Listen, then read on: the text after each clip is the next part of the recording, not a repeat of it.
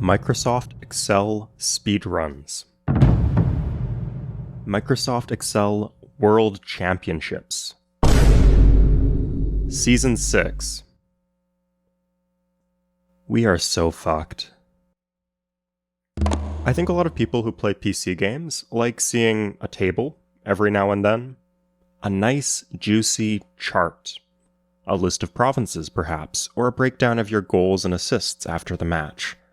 But this can be pushed to its limits. Typically, you play a game on a map or in an arena, and the charts just give you another way to visualize what's going on.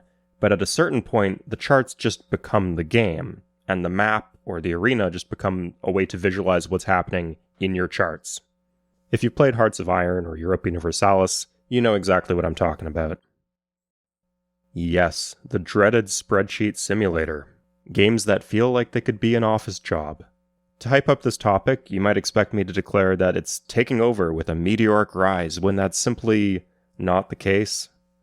A lot of early PC games drew influence from tabletop games and traditional role-playing games, which relied heavily on charts and tables. That, plus hardware limitations, meant that a lot of the precursors to modern RPGs and strategy games could also retrospectively be called spreadsheet simulators. Titles like The Sumerian Game or Empire. So this style of gameplay has deep roots, but it is bizarre how prevalent it still is. It reaches across different genres, it's thriving even. If you told someone 25 years ago that their popularity would outlast real-time strategy games, I don't think that they'd believe you for a second, but here we are. As a society, we have some explaining to do, and I think I have a few pieces to the puzzle. There are a few obvious reasons why spreadsheet simulators are fun and still prevalent in the modern day. For one, it's refreshing that you can play at your own pace. There are no dexterity checks or careful timing. In Europa Universalis, the only time I break a sweat is chasing down enemy armies, hitting pause as soon as possible to see where they're heading to, but this is completely self-imposed. You can just play the game at any speed that you want. In fact, often you'll spend 40 minutes before you even hit unpause. There's also the matter of complexity. A lot of older games relied on interactions with menus. The example that's coming to my mind right now are trading simulators, so games like Uncharted Waters. If you like the SNES, you should check this one out, but especially Dope Wars. This game has that same Microsoft Excel look that Rule the Waves 3 has, but the game is simpler, it's a lot easier to parse. It's very easy to tell what the Buy Amphetamines button does. It allows you to finally understand Europa Universalis 5, but Rule the Waves is not like this at all. Increasing the size of your deck extended is a decision you cannot make based on vibes. I don't think that something can be called a spreadsheet simulator without this level of complexity, and complexity appeals to a lot of PC gamers. Another reason that spreadsheet simulators are so popular is topic. Your spreadsheet at work is about farming insurance deductibles. Your spreadsheet in Dwarf Fortress is about fortresses with dwarves in them. Doing your taxes is not nearly as fun as doing a dragon's taxes. Instead of appraising the value of the inventory at your floundering Funko Pop store, instead, you appraise the value of a shimmering copper cube. Some of these games take a generally popular concept and add the spreadsheetiness into it. So, for example, maybe you have a job at work where you negotiate mergers. But everybody loves a good space opera game, so negotiating mergers in that specific setting is bound to be more interesting. Other titles, like Rule the Waves, are topics where the core appeal can't really be explored in the same way without relying on charts and text-based pop-ups. I don't think that something like World of Warships is much of a substitute. If you want to command a fleet both in and out of war, this is really the only way to do it. But that's not all that's going on here. The Excel World Championships do not have cool thematic elements. They are pretty dry analysis and manipulation of data. So there must be some other factors at play. Why on earth would people spend their free time mastering a game that feels like an office job? Could it be that office jobs are actually kind of fun? No, of course not. Office jobs suck. But we're approaching something here. Because people do enjoy work. Or at least some types of work. Football player. Soldier. Rock star. Landlord. homeless person, circus clown. These are all jobs that exist in real life that people enjoy performing as when they play video games. Even regular blue-collar jobs can also be made into compelling video games, at least for a certain group of people. And by that, I of course mean Germans. A lot of little German kids fantasized about blue-collar work when they were young, and this gives them a chance to fulfill these dreams, even if they settled into something more white-collar. So, if they grew up wanting to drive trucks, they could play Euro Truck Simulator. If they grew up wanting to make buildings, they can play Construction Simulator. And if they grew up wanting to be informants for the Stasi, they can play RimWorld. But even people actually doing blue-collar work in real life do, to some degree, enjoy their job. We don't like to admit it because God forbid our bosses find out. But if you don't believe me, consider Farm Simulator. If you're not familiar, it's basically like Stardew Valley for people who have not felt the touch of a woman. At least, maybe? Who the hell knows what the audience is supposed to be here, because 33% of the people who play it already actually have that same job in real life. But they get off work and they simply just cannot get enough farming. These are not fun jobs, but the work can be fun. The part that sucks about being a long-haul trucker isn't the part where you're driving an 18-wheeler. It's the part where you're not allowed to stop, where you have to pee in a bottle and keep going for 11 hours straight. But if you play Euro Truck Simulator, you can drive as much or as little as you want in a session, and you'll be peeing in significantly fewer bottles than your average World of Warcraft player during a 25-man raid. It also cuts out the downtime.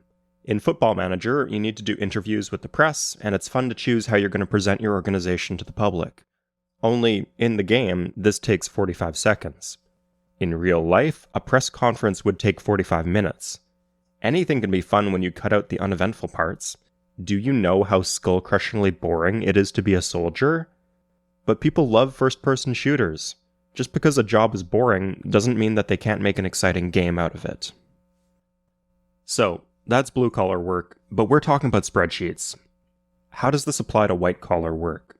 Well, parts of a white-collar job can certainly be enjoyable, and those are exactly the parts that are being eliminated in the modern day. I think we'd agree that a lot of the appeal from a good game of Europa Universalis is optimization, planning, organization, and the feeling of just getting something done. And these are exactly the type of duties that have been automated out of modern office jobs. If you work with ERPs or LOBs, most of the clerical labor has been removed. For a lot of the office jobs that used to have data entry or optimizing numbers in a spreadsheet, that part just does itself nowadays. What you're left with is the crippling decision paralysis of judgment-based tasks, and a lot of the stuff that involves dealing with people. Management jobs, client services, working in teams on larger projects, responding to emails, and putting on a happy face so that the boss can't tell how hungover you are. Office jobs are turning into customer service jobs. We are moving away from spreadsheets and paperwork, and towards something that I think a lot of the people watching this video likely struggle with. Social interaction with other human beings. I had a friend who got promoted to work as a manager at a warehouse. But when he was having a frustrating day, he'd get on the floor and slug crates. A lot of jobs that depend on interactions with other people foster this low-level sense of anxiety and dread throughout the day. When you load up a pallet, it's hard work and then it's done. You have produced something, you have a measurable output. You work towards a goal, and then you achieved it. That's not a feeling that you get from sitting through a staff meeting. This is a hilarious piece of irony about games like World of Warcraft. People often talk about raiding guilds like they are a full-time corporate job.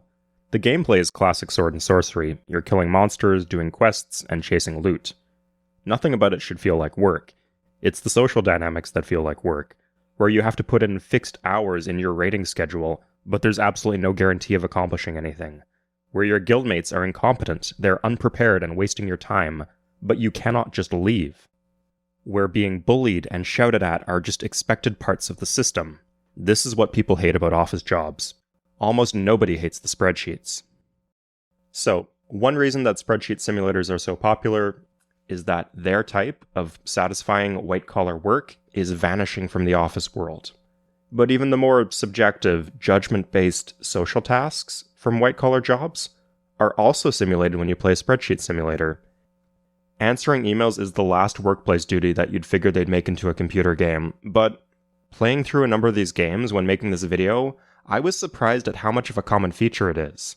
In Football Manager, your inbox forms the backbone of how you spend your day, and you also talk to the players about what their priorities should be and answer questions in interviews.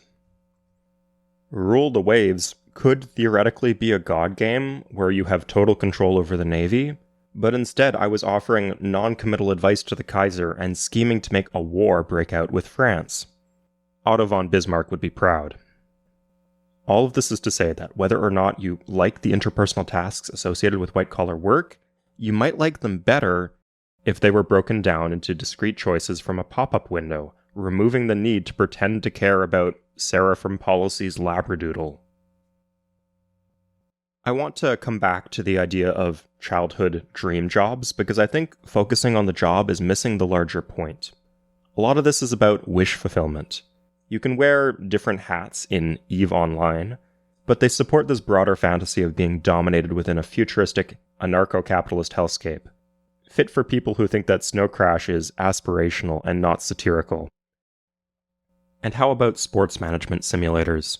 Managing a hockey team is definitely a job, but that's not the fantasy that a game like Eastside Hockey Manager 2004 is delivering upon.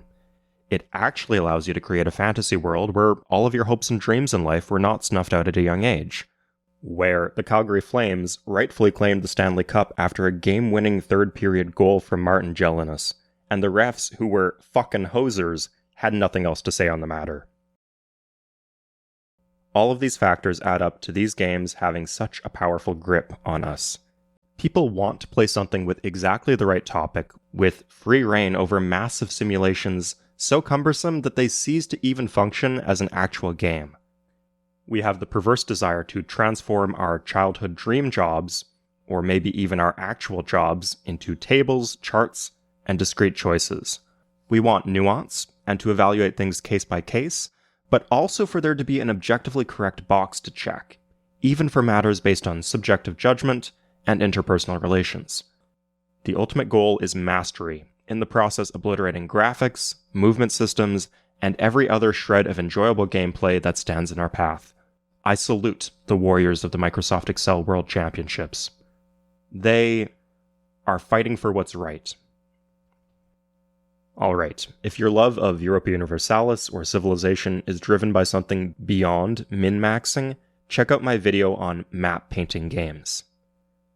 And if you've already seen that video and then clicked on this one, watched all the way to the end knowing damn well that nothing important ever gets said in the last 30 seconds on YouTube, do yourself a favor and subscribe to my channel. That's all for today. See you guys next time. Cheers.